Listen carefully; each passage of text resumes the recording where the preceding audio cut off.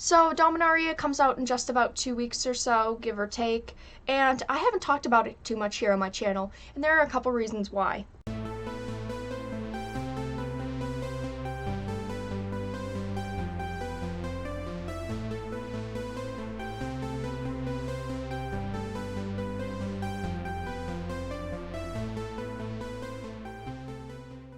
The first reason why is a lot of it was spoiled at once. So besides the preview cards that people are finally spoiling now, most of it was spoiled roughly 3 weeks ago because Wizards of the Coast either had a very mad employee or they had someone that just wanted to spoil a whole set.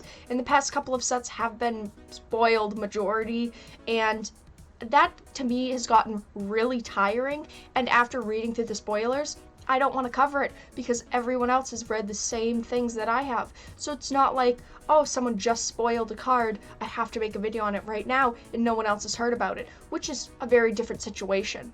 I understand that they could not help the fact that most of the set was spoiled and they haven't been able to help it with past sets, but the timing of it was rather odd. So the timing of it was right when Masters 25 was coming out.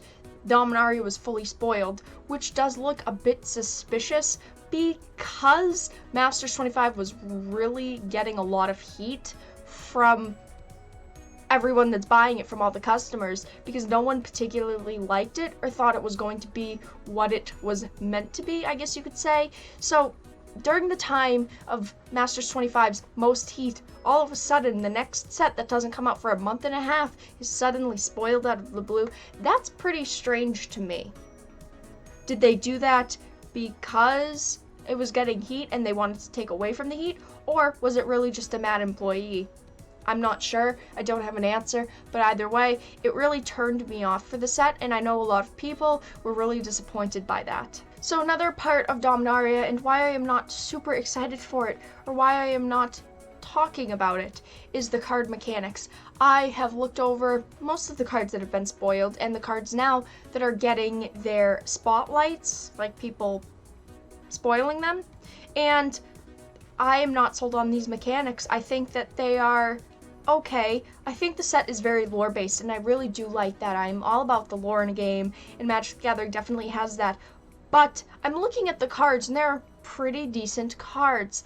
But my problem is that none of them are decent for Standard. So I'm looking at cards and seeing, that's great for Commander, that's great for Legacy, oh, that's another great Legacy sideboard card, oh, I just think that's one cost too many to put in Standard. I just don't think this set is cut for what it's supposed to be, and I understand it's going to rotate out eventually, and it's going to be part of other formats, but as a player that partakes in most formats, I think that I should be able to look at it and utilize each aspect. I don't see anything really being well utilized for Standard besides maybe 2 or 3 cards, honestly.